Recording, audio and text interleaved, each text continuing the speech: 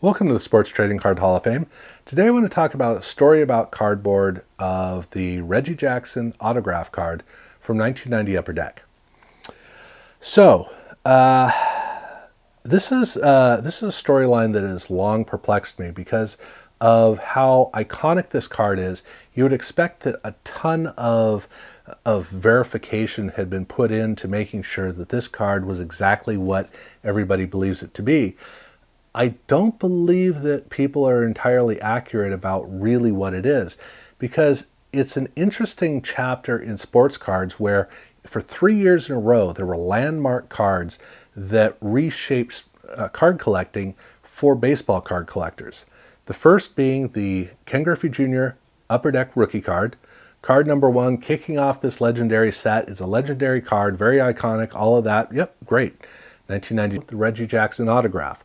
First impact autograph card. For some people, they consider it to be the first card to have serial numbering, and also a lot of people consider it to be the first chase card, or the first significant chase card.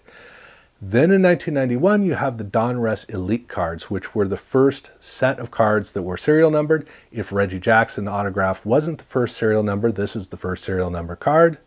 And the storyline of those three benchmarks are really a part of the core of understanding the great innovations of sports cards. The truth is that none of those three are as truly undeniably and universally important as people like to think, because at this time in the late 80s and the early 90s, well, the very early 90s, card collecting was baseball card collecting. In fact, they were known as sports cards, but they were also called baseball cards. That was just kind of a universal term, which still holds up to this day because most people collected baseball cards. I mean, in 1988, you had, Topps had some football cards, Fleer had a few football cards, Fleer had a few basketball cards, and then Topps had some hockey cards. And then you had, apart from that, you had Topps in baseball, Donruss in baseball, Fleer in baseball, you had Score in baseball, you even had Sportflix, and those card sets were huge, except for Sportflix. So you had so much to collect in baseball, as well as all of the alternative sets as well, including supplemental, traded, limited, glossy, Tiffany, all of that stuff. Baseball card collecting was 90% to 95% of card collecting heading into 1989. So that was the main storyline, and that's what people were collecting. But at that time, people were focused on sports. And so it wasn't just baseball card collecting, it was sports cards dedicated to baseball. So if you're a baseball collector, why would you collect football? Why would you collect basketball? Why would you collect hockey? And why would you get into, say, draft pick cards, pre-draft card sets? Okay, you might be getting some like best cards, or you might be getting some minor league cards. Sure, that might happen. But for the most part, you're going to be sticking to that core tradition of the big three or the big four card companies. Okay, now you got Bowman, now you got Upper Deck. You can add to that. But that was where everybody was focusing.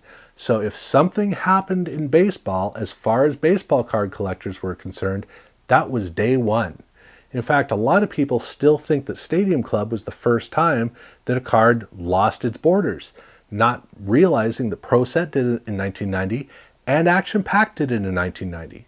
So it's interesting to look at how we look at history based upon our experience and our focus. And with the Reggie Jackson autograph card, that suffers from that very bind, because in 1990, Star Picks had autographs for their entire set. And if you're asking what's Star Picks, no, that's not Star. Star Picks was a card set looking at draft pick rookie cards for basketball. So we're talking guys like Gary Payton and Derek Coleman. These guys were in that card set and they had autographs in it, in the whole set. In 1991, Pro Line was the first company to make a major amount of autographs available in packs in the professional sports space. Do you think they did that from Reggie Jackson or from Star Picks? It's interesting to look at the storyline that we as collectors tell versus how the innovations and design of the sports card production side may have gone a very different path. And so the chase card is the big part of the Reggie Jackson autograph card that is truly undeniable. We'd had chase cards before. There had been tons of people trying to get Jose Canseco cards out of packs, trying to get Don Mattingly cards out of packs. That was a strong tradition of the hobby, but it's not like you would open up 4 boxes in order to pull 3 Don Mattinglys and that's all you cared about. You were trying to complete your set, your main set. You were trying to complete perhaps your New York Yankees set or your Don Mattingly collection that was now just starting to bud. But the thing is, you still were focusing on buying just 2 or 3 cards out of packs. It's not like you were just pouring through box after box after box after box, which is a part of the tradition of the new millennium, or at least of the COVID era, which is a very different environment. But the ripping through packs in order to get very rare cards is not unique to this era, because when you go back to whether it's the Ken Griffey Jr. rookie card or the Don Mattingly or the Jose Canseco or the Bo Jackson, all of those rookie cards, people poured through a lot of packs, but they would only pull like 2 rookie cards out of packs. That's all that they would really care for. But in the case of the Reggie Jackson autograph, the rate that it came out of packs was ridiculous. You didn't just open a case, you opened a case of cases. It took an entire pallet, if not more, to be able to pull the card out because of just how rare it was compared to all the rest of the cards.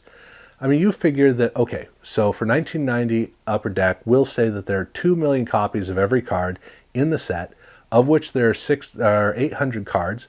There are also some Reggie Jackson autograph or regular inserts, but we're not going to factor that in.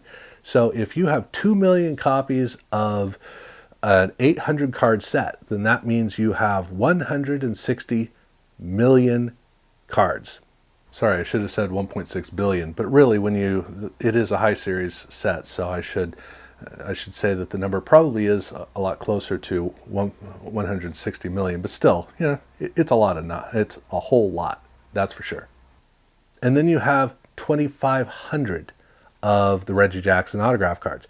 You pull about 550 cards out of a box, and so that means that it's going to take, so that would be 1,000, and then it's 160,000 on that, so 320,000 boxes of cards total, and then you figure that 2,500 of those, you'll notice that we're talking in the thousands of boxes to pull one Reggie Jackson autograph card.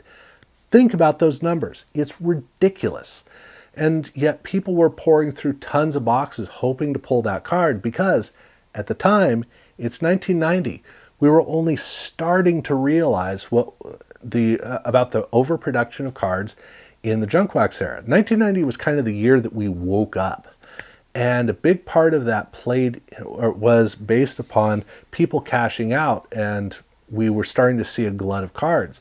But while this was going on, we were still pouring through so many boxes of cards. We had the Reggie Jackson autograph that we were paying expensive Upper Deck prices for. And then over in Pro Set, people were doing something similar, trying to get the much more reasonable, because numbered out of 10,000, Vince Lombardi hologram.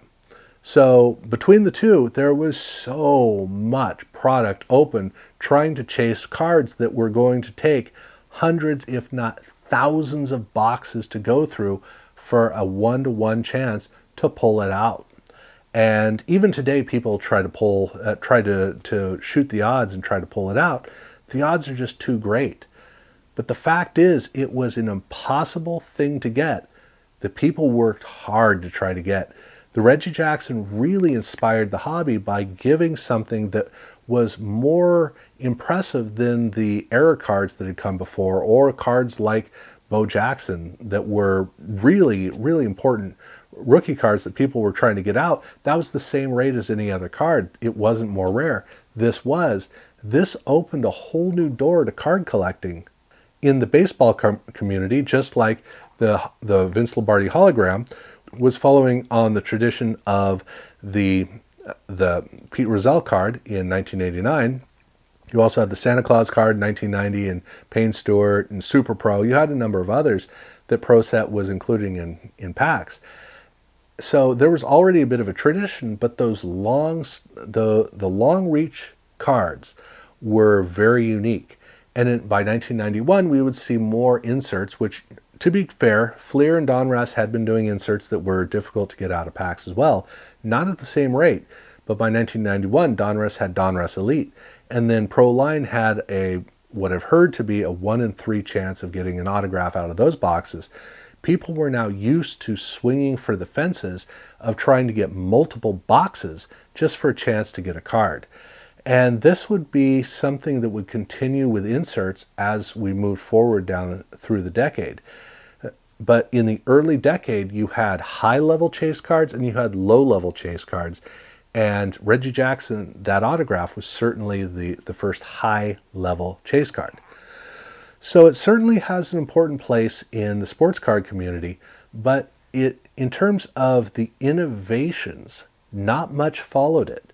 So it was an interesting experiment over in Upper Deck, but then we saw other experiments happening in other places as well. So it's an intricate part of the whole fabric of the sports card development of the early 1990s. But there's no denying the importance that it has had on what it did have on the baseball card collecting world at that time. And then now, with more of a nostalgic look back, it has a whole nother importance to card collectors as they look back wistfully and remember, largely incorrectly, how they collected at the time. And by largely incorrectly, I don't mean that they're wrong. I mean that they are optimistic about exactly how it worked. Because look, I guarantee you, anybody who says that they were going through pack after pack after pack of 1989 Upper Deck in order to get Ken Griffey Jr., that's not exactly the case. Those cards were so expensive that it was more rare. They did chase them, but it's not like they went through 3 or 4 boxes trying to pull one, which is kind of the way that we discuss it now. That's what I mean by optimism of looking back, is that we look back and we remember fragments of the past, but the impact that fragment of the past had is tremendously profound. And so, like with the Reggie Jackson autograph, you were lucky to see one. You might see one at a card show. You might be lucky enough that your card shop might have one, but it was one of those unattainable cards with a price tag that was $100 or more, which is insane. Who in the world is going to pay $100 for a card? That was absolutely out of the question for all but just a select few collectors at that time, because inflation was a lot lower, but also because we hadn't evolved as much as card collectors. And so it stood out to the point where even today, there are 2,500 of these cards, which means it should be easy to get. But this is one of those cards people lock away in their card collection. And so most of those cards aren't going to see the light of day until somebody's offspring goes and tries to sell the card collection. These cards have an amazing value because of how many of us want it.